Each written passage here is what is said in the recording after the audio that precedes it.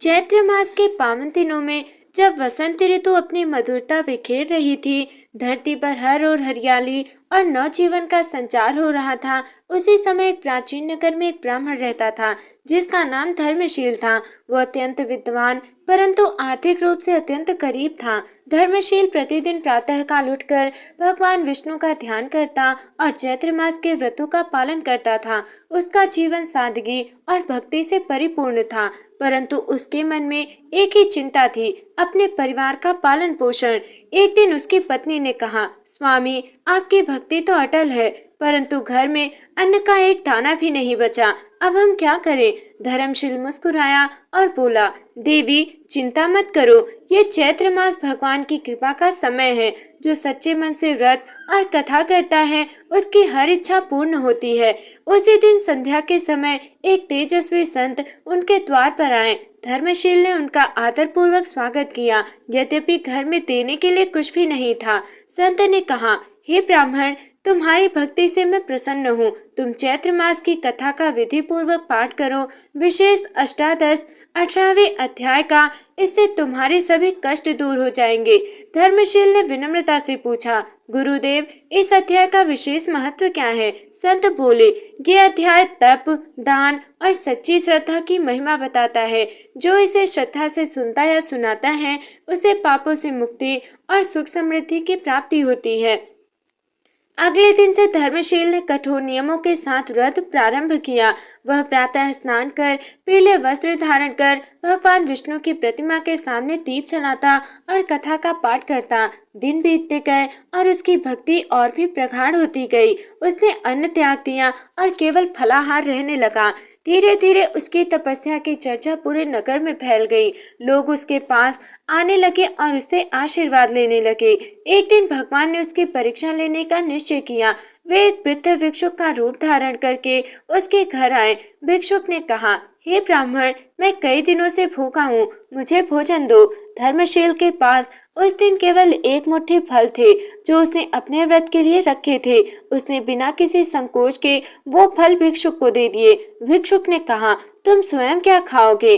धर्मशील ने उत्तर दिया, यदि किसी भूखे को भोजन मिल जाए तो वही मेरे लिए सबसे बड़ा प्रसाद है। तभी वो भिक्षुक अपने वास्तविक रूप में प्रकट हुए। वे स्वयं भगवान विष्णु थे। भगवान ने कहा, हे धर्मशील, तुम्हारी भक्ति, त्याग और करुणा से मैं अत्यंत प्रसन्न हूँ। तुमने चैत्र मास के 18वें अध्याय का सच्चा अर्थ समझ लिया। भगवान ने उसे आशीर्वाद दिया। उसके घर में कभी अन्न की कमी नहीं होगी। उसका परिवार सुखी और समृद्ध रहेगा। अंत समय में उसे मोक्ष की प्राप्ति होगी। धर्मशील और उसकी पत्नी भगवान के चरणों में गिर पड़े और कृतज्ञता व्यक्त की। भक्तों, इस अध्याय से हमें ये शिक्षा मिलती है कि सच्ची भक्ति केवल पूजा में नहीं, बल्कि त्याग और सेवा में है। कठिन परिस्थितियों में भी धर्म का पालन करना चाहिए। भगवान हमेशा अपने भक्तों की परीक्षा लेते हैं, परंतु अंत में उन्हें फल अवश्य देते हैं। भगवान के दर्शन के पश्चात धर्मशील के जीवन में एक अद्भुत परिवर्तन आ गया। उसके घर में अब न केवल अन्न की कमी दूर हो गई थी, बल्कि एक दिव्य शांति भी स्थापित हो गई थी। प्रातःकाल होते ही वो नदी के तट पर जाता, शीतल जल में स्नान करता और ओम नमो भगवते वासुदेवाय का जाप करता। उसके चेहरे पर एक अनोखी तेजस्विता झलकती थी, जिसे देखकर नगर के लोग आश्चर्यचकित रह जाते। उसकी पत्नी भी अब पहले से अधिक श्रद्धा से भगवान की पूजा करने लगी थी। दोनों मिलकर प्रतिदिन चैत्र मास की कथा का पाठ करते और विशेष रूप से अध्याय 18 का गूढ़ अर्थ समझने का प्रयास करते। धीरे धीरे धर्मशील की कथा पूरे नगर में प्रसिद्ध हो गई। लोग दूर दूर से उसकी कथा सुनने आने लगे। एक दिन नगर के राजा ने भी उसके बारे में सुना। राजा का नाम वीरेंद्र था। वो एक न्यायप्रिय शासक था, परंतु उसके मन में हमेशा एक प्रश्न रहता था, क्या वास्तव में भक्ति से जीवन के सभी कष्ट दूर हो सकते हैं? इस प्रश्न का उत्तर पाने के लिए वो स्वयं साधारण वेश में धर्मशील के घर पहुंचा। राजा ने धर्मशील से पूछा, हे ब्राह्मण, मैंने सुना है कि तुम्हारी भक्ति से तुम्हारे जीवन के सभी कष्ट समाप्त हो गए, क्या ये सत्य है? धर्मशील ने विनम्रता से उत्तर दिया, राजन, ये सब भगवान की कृपा है। मैंने केवल अपना कर्तव्य निभाया है, सच्चे मन से भक्ति और सेवा का। राजा ने फिर पूछा, यदि कोई व्यक्ति केवल दिखावे के लिए पूजा करे तो क्या उसे भी वही फल मिलेगा? धर्मशील मुस्कुराया और बोला, नहीं राजन, भगवान केवल बाहरी आडंबर नहीं देखते, वे हृदय की शुद्धता देखते हैं। राजा ने धर्मशील की परीक्षा लेने का निश्चय किया। उसने अपने सेवकों को आदेश दिया कि वे ब्राह्मण के घर जाकर शोर मचाएं और उसे परेशान करें। अगले दिन जब धर्मशील पूजा कर रहा था, तभी बाहर से तेज आवाजें आने लगी, परंतु उसने अपनी साधना को भंग नहीं होने दिया। उसकी एकाग्रता देखकर सेवक आश्चर्यचकित रह गए। राजा स्वयं ये दृश्य देखकर प्रभावित हुआ। उसने अपने वास्तविक रूप में आकर धर्मशील से कहा, हे ब्राह्मण, तुमने सिद्ध कर दिया कि सच्ची भक्ति कैसी होती है। धर्मशील ने कहा, राजन, भक्ति का अर्थ केवल पूजा नहीं, बल्कि मन, वचन और कर्म से भगवान को समर्पित होना है। धर्मशील ने आगे कहा, चैत्र मास के 18वें अध्याय का मुख्य संदेश ये है कि मनुष्य को अपने कर्मों को शुद्ध करना चाहिए। यदि मन शुद्ध है तो भगवान स्वयं उसके जीवन में प्रकाश बनकर आते हैं।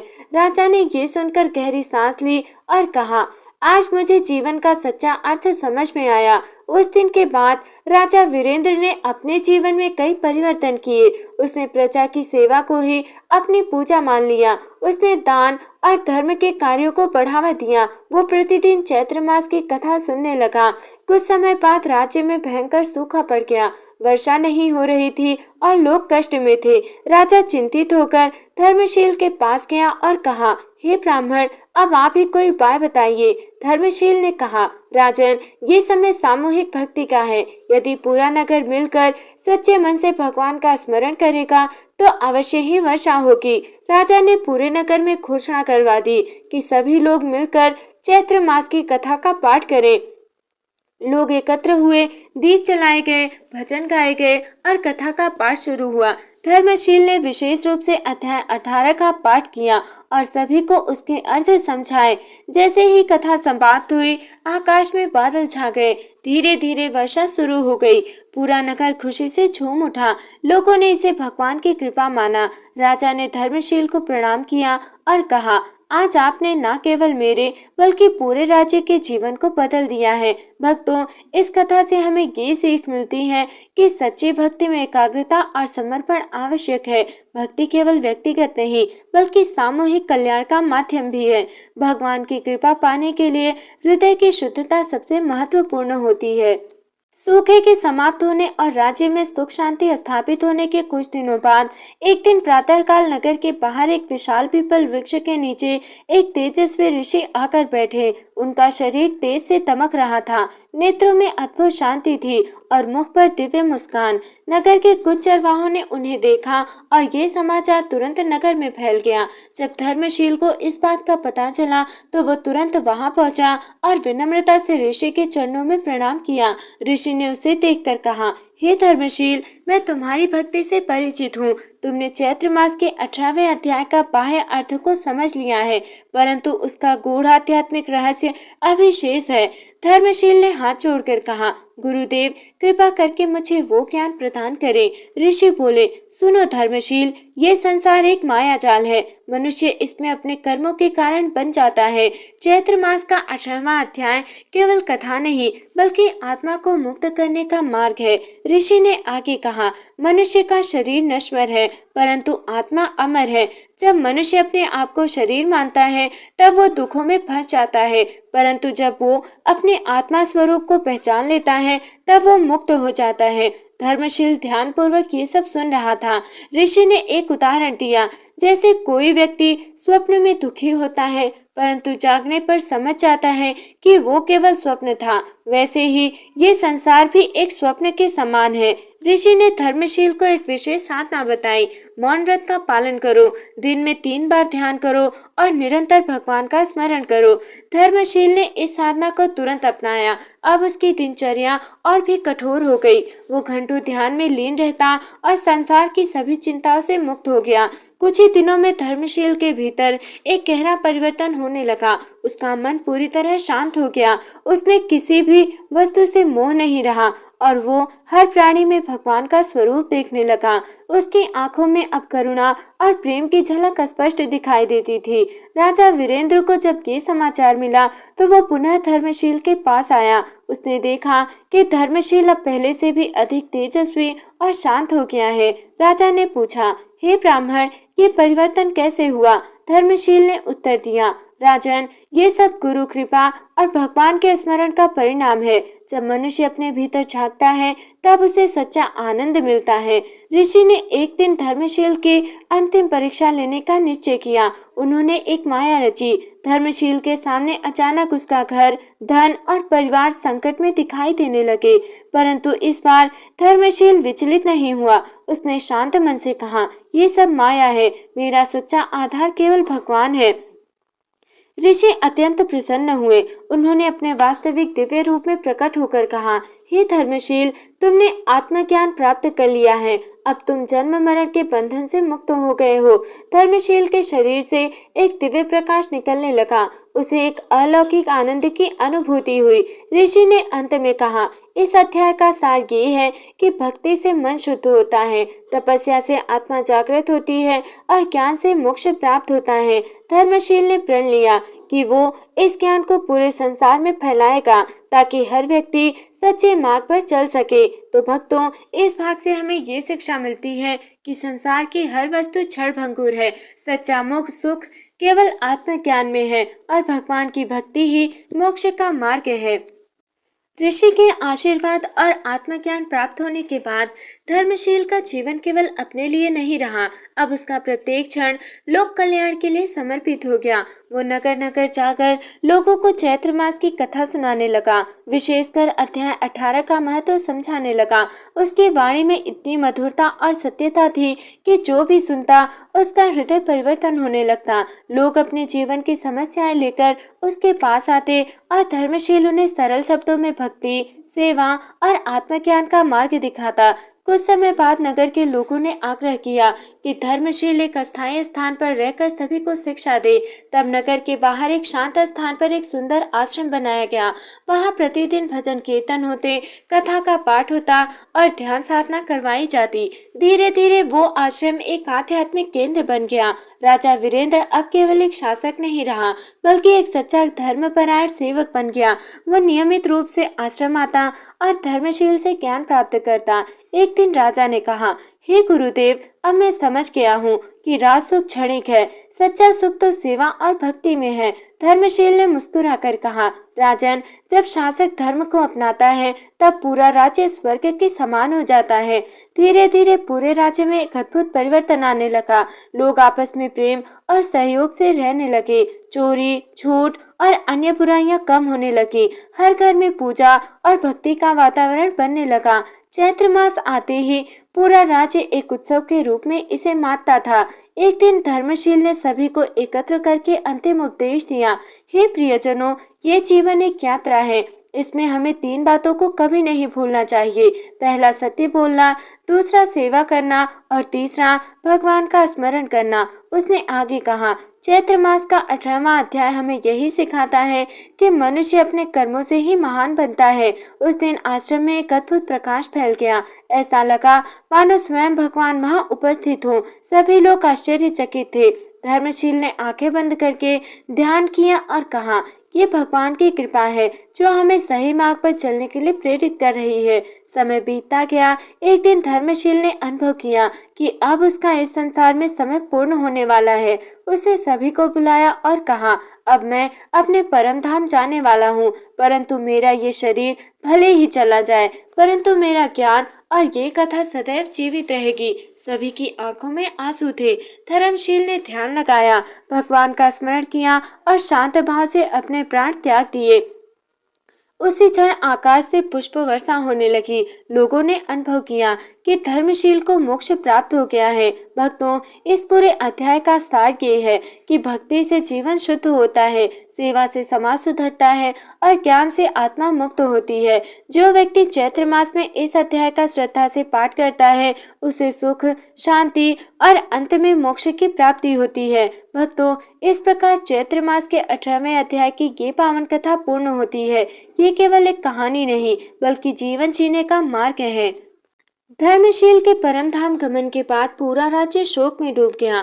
आश्रम में एक गहरी शांति छा गई थी, मानो कोई दिव्य दीपक बुझ गया हो, परंतु उसकी ज्योति हर हृदय में जल उठी थी। राजा वीरेंद्र स्वयं आश्रम पहुंचा। उसने धर्मशील के आसन के सामने बैठकर आंसुओं से भरे नेत्रों से कहा, हे गुरुदेव, आपने हमें अंधकार से प्रकाश की ओर ले जाया। अब हम आपके बिना कैसे चलेंगे?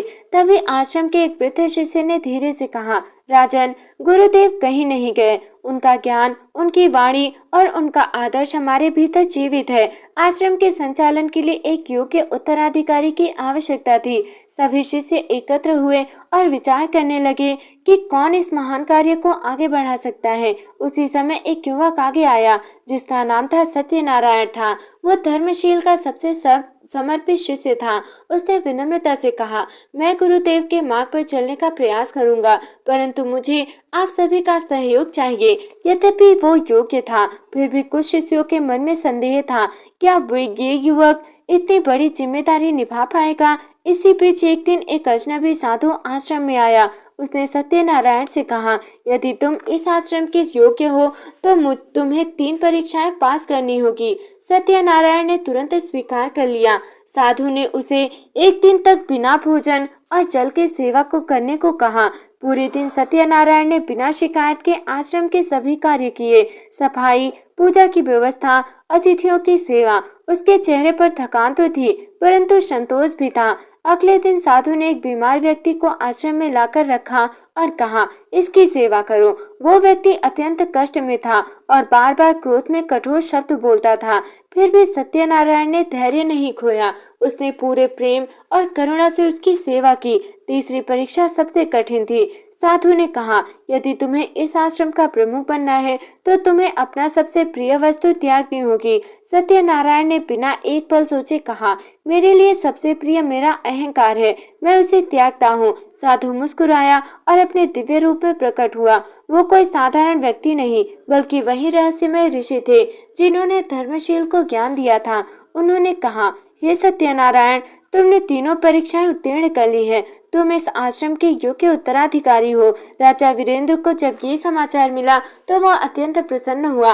उसने पूरे राज्य में घोषणा करवाई कि सत्यनारायण अब आश्रम के प्रमुख होंगे और सभी लोग उनका सम्मान करें। सत्यनारायण ने आश्रम की जिम्मेदारी संभाली और धर्मशील के मार्ग पर चलते हुए कार्य शुरू किया। उसने कुछ नए कार्य भी प्रारंभ किए। गरीबों के लिए भोजन व्यवस्था, बच्चों के लिए शिक्षा और महिलाओं के लिए विशेष साधना कार्यक्रम।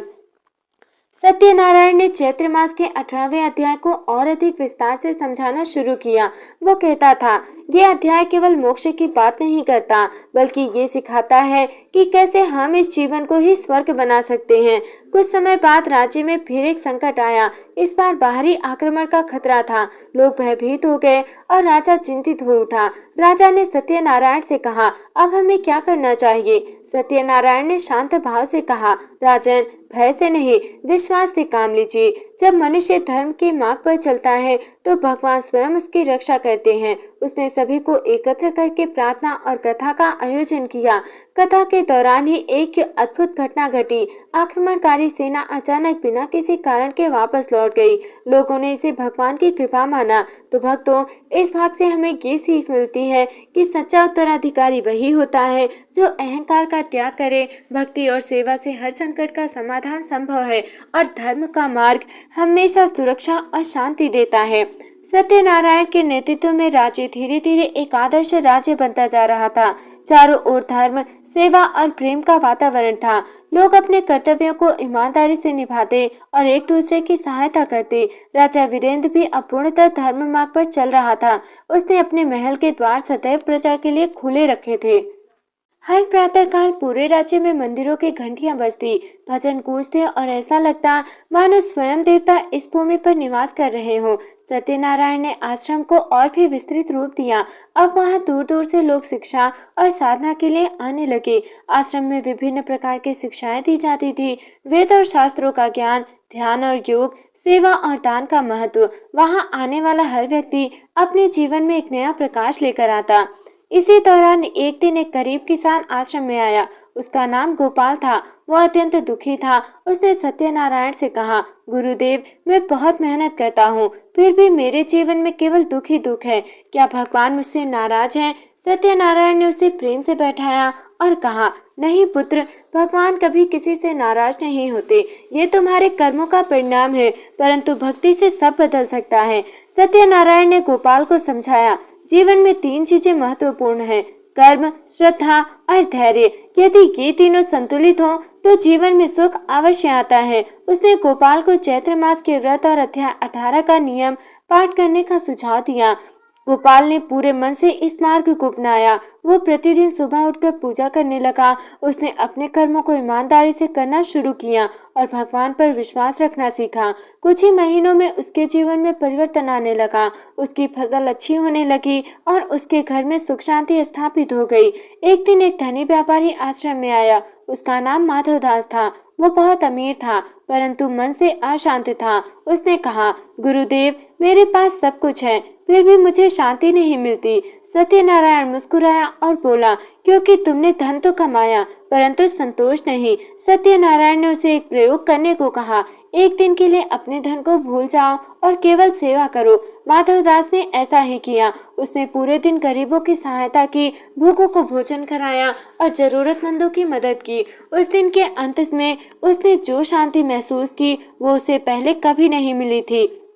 भक्तों, सत्यनारायण ने सभा में कहा, चैत्र मास का 18वां अध्याय हमें ये सिखाता है, केवल पूजा ही नहीं बल्कि निस्वार्थ सेवा भी आवश्यक है।